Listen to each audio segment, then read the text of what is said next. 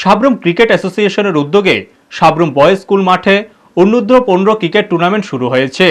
এই বছর মোট 9টি দল অংশগ্রহণ করেছে।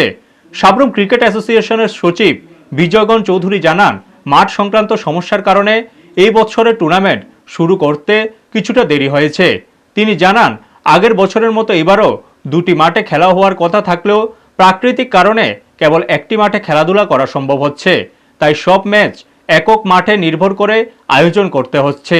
তিনি আশা প্রকাশ করেন, প্রশাসন সহ সংশ্লিষ্ট সকলের সহযোগিতা থাকলে টুর্নামেন্ট সুষ্ঠুভাবে সম্পূর্ণ হবে।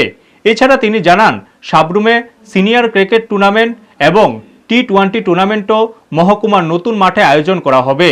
নতুন মাঠের নির্মাণ প্রক্রিয়া বর্তমানে প্রায় শেষের দিকে রয়েছে। এই টুর্নামেন্টে অংশ নেওয়া দলগুলো যাতে সুন্দরভাবে খেলা চালাতে পারে সেজন্য মাঠ ও অন্যান্য সুবিধার উপর বিশেষ নজর দেওয়া হচ্ছে। ব্যুরো রিপোর্ট, নিউজ তৎকাল 24। বিজয়গঞ্জ চৌধুরী। 2025-26 ক্রিকেট সিজনের আজ থেকে অনূর্ধ্ব 15 টুর্নামেন্ট শুরু হতে যাচ্ছে। এই বছর 9টি টিম নিয়ে আমরা খেলা শুরু করতে যাচ্ছি। মোস্ট প্রবাবলি এই মাসের 27 কিংবা 28 তারিখ আমরা ফাইনাল অনুষ্ঠিত করব। এর মধ্য দিয়ে আমাদের এই ক্রিকেট বর্ষের দ্বিতীয় টুর্নামেন্ট আজ থেকে শুরু হলো।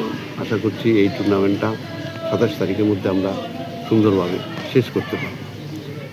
আমরা মাঠ সমস্যায় এবার টুর্নামেন্টগুলো করতে অনেকটা দেরি হয়েছে।